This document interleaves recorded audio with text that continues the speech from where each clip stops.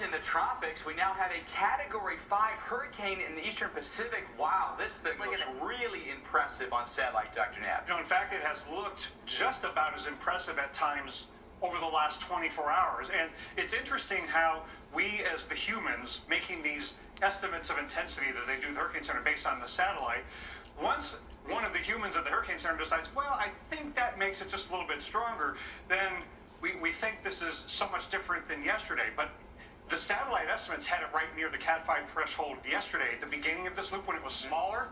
And satellite estimates, when it's smaller, I think can underdo it. So I think right there, it might have been a Cat 5 then.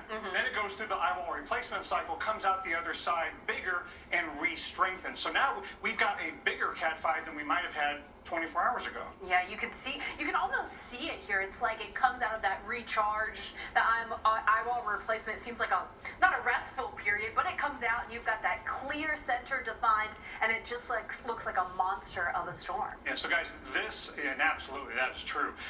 There will likely be some reanalysis done after the fact on whether or not it got to Cat 5 yesterday, but we'll never know really as well without the recon. The good news is this is not land threatening. The bad news is they don't fly recon, so we don't really know how strong it is. But, I mean, we're kind of splitting hairs here, right? There's not a whole lot of difference between 150, 155, 160. You just cross that threshold, but it gives it different status. Yeah, this has been right near the Cat 4 or 5 threshold a couple of times now. Yesterday and last night, and now again.